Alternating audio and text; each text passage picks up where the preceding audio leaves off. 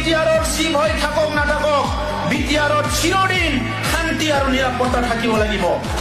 বিটিআৰত যিসকলে নিৰাপত্তাহীনতা কৰিব বিচাৰে, বিটিআৰত যুৱ যুৱতীসকলক যোনে মদ খুৱাব বিচাৰে, জুৱা খেলা শিকাব বিচাৰে, সেইসকলক ঠাণ্ডা কৰাটোৱে আমাৰ উদ্দেশ্য।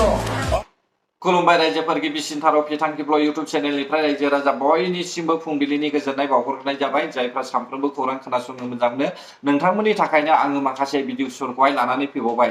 स' रायजोफोर दिनै जोङो सावरायलायगोन गिबिसिन थारावनो जोङो नैबे सानजाहा रायजो जानाय एमसिएलए प्रेस मोसाहारिनि सायावनो जोङो माखासे बाथ्राखौ सावरायलायगोन रायजोफोर।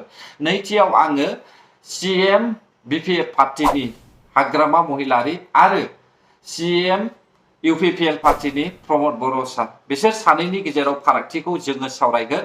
जोबनायाव रायजो राजा नोंथांमोन बनसु आरो आबसु बिनि गेजेरावहाय जोङो फारागथिखौ सावरायलायगोन।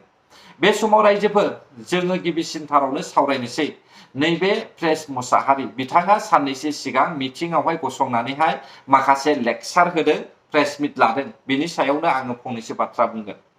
बिथाङा बुंदों दे गफुरा दासिमबो 33 बोसोरल' जादों। अब्ला बिथांनि मथेब्ला 33 बोसोरल' जादोंब्ला बेसेबां बोसोर जानांगौ डेभेलप जानो थाखाय? बाथ्रायाथ' बेबायदिसो थांदोंना बिथांनि बुंनाया। नोंथांमोननि जायगाखौहाय स्पेसियेलि बे भिडिअआ सनितपुर बिश्वनाथ गफुर हालामनि थाखाय जागोन दे। नोंथांमोननि जायगाखौहाय डेभेलप खालामनो अब्ला प्रेस मोसाहारिया गोसो गैया नामा?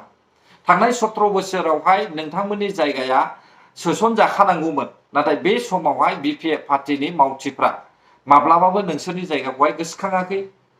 दिनैनि समावहाय जोङो काउन्सिल इलेक्शननि सिगां नोंथांमोननि जायगायावहाय सिमा बारायनायनि बाथ्रा बुंनानै होनाय जोङो बिपिएफ पार्टिनिफ्राय खोनादोंमोन।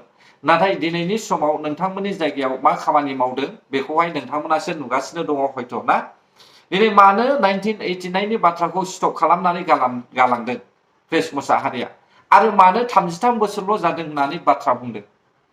अब्ला बिथांनि मथेब्ला गफुर सनितपुर बिश्वनाथआ दासिमबो बैसो गोरलै, बियो सिमाया बारायथ'नाङा आरो बेयाव डेभेलपबो जाथ'नाङा बिथांनि मथेब्ला ना। रायजो राजा नोंथांमोना नाय नैबे सावगारिखौहाय।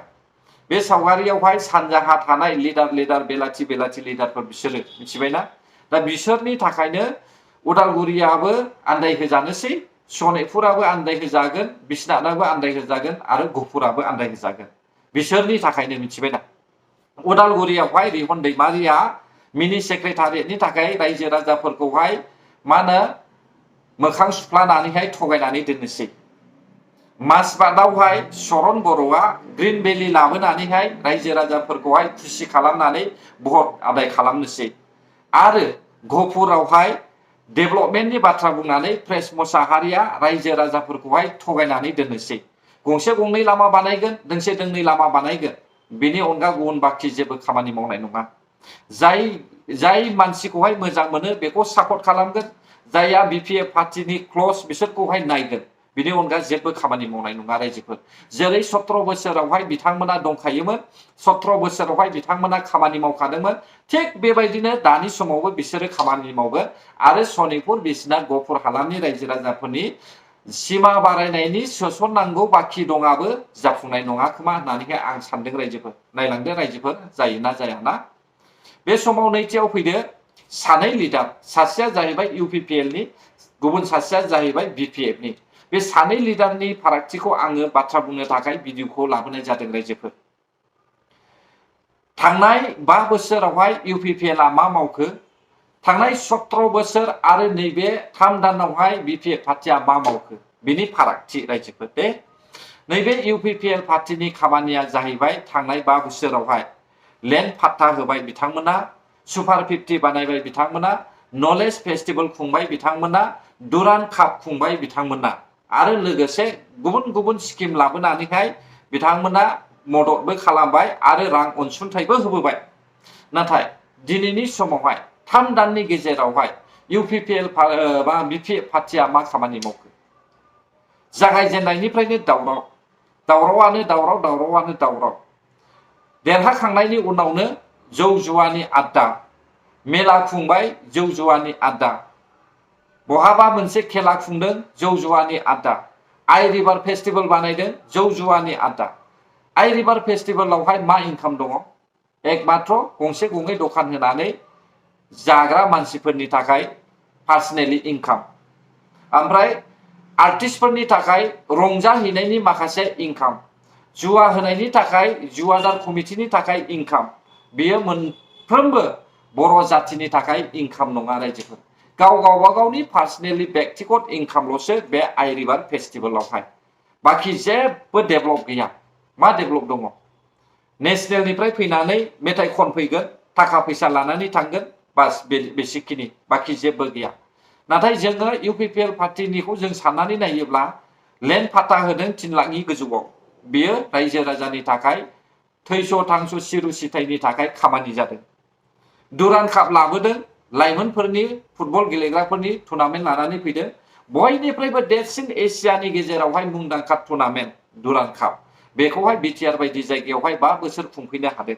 बेसेबां गोजोनथाव बाथ्रा दा बे दुरान कापजों लोगोसे टुर्नामेन्टजों लोगोसे जोंनि फरायसाजों लोगोसे आरो गेलेग्रा लाइमोनफोरनि थाखाय बियो मोनसे खामानि मावनाय जादों दा गेलेग्रा लाइमोनफ्रा बेयावहाय माखासे सासे सानै सुबिदाबो मोनदोंमोन नेसनेलावहाय माने फुटबल गेलेनो थाखाय अब्ला बे साबसिन जाखो ना बे जौ जुवानि आदाया साबसिन जाखो फिननाय होदो रायजोफोर बिथाङा सुपार 50 लाबोदों सुपार 50खौहाय 5 बोसोरावहाय 250 सुबुंनोहाय एपीएससी यूपीएससी फरायनो थाखाय फ्री अफ कस्ट होदों अब्ला बिथांनि खामानिया गाज्रि जादों नामा इउपिपिएल पार्टिनिया बिथाङा फिउचारखौ नाहरनानैहाय लाइमोन सेंग्रा सिख्लाफोरखौहाय फरायनायावहाय थुलुंगा होदों अब्ला बिथांनि खामानिया गाज्रिमोन नामा रायजो राजा नोंथांमोन आं नोंथांमोनाव कुइसन खालामो नोंथांमोना फोरमायदो जेब्ला बे समाव अब्ला नलेज फेस्टिभेल खुंदों देश विदेशनि मानसिफोर फैनानैहाय बेयावहाय इन्जय खालामफैदों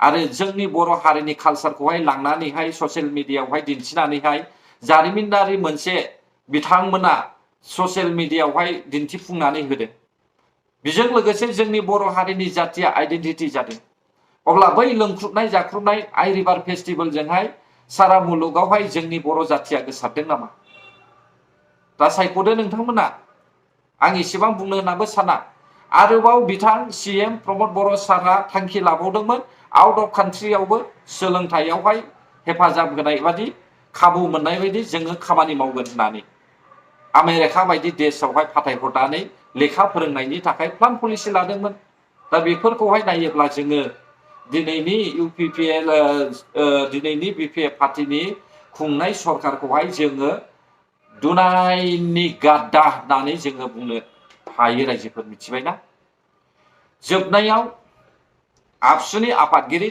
दिपेन बर' सार आरो बनसु पार्टिनि फरायसाफोर बिसोरनि फारागथि आबसुआ मा मावदों आरो नैबे बनसुनि मानसिफ्रा मा मावदों हा बनसु पार्टी दाजेननायनिफ्राय बनसुआ बर' हारिनि थाखाय मा खामानि मावदों बिनि फिननायखौ हो आरो आबसुआ दाजेननायनिफ्राय बर' हारिनि थाखाय मा खामानि मावदों बेखौ साफ्रोमबो बर' जाति आरो बर' नङै सुबुङा मोनथिगौ नाथाय नोंसोर बायदि बनसुआ बर' हारिनि थाखाय बर' जातिनि थाखाय मा खामानि मावदों बेखौहाय रावबो फोरमान होनो हाया रायजोफोर मिथिबाय दा बेखायनो आङो नैबे आबसुनि आफादगिरि दिपेन बर' सारखौहाय क्लियारलि कुइसन खालामनानै बुंनो सानदों दिनैनि समावहाय आङो नारसिननो सानदों दिपेन बर' सारमोना नैबे जे बड'लेण्ड इउनिभारसिटि आरो क'क्राझार इउनिभारसिटिनि रेजिस्टारेटफोरखौहाय एरख'नाय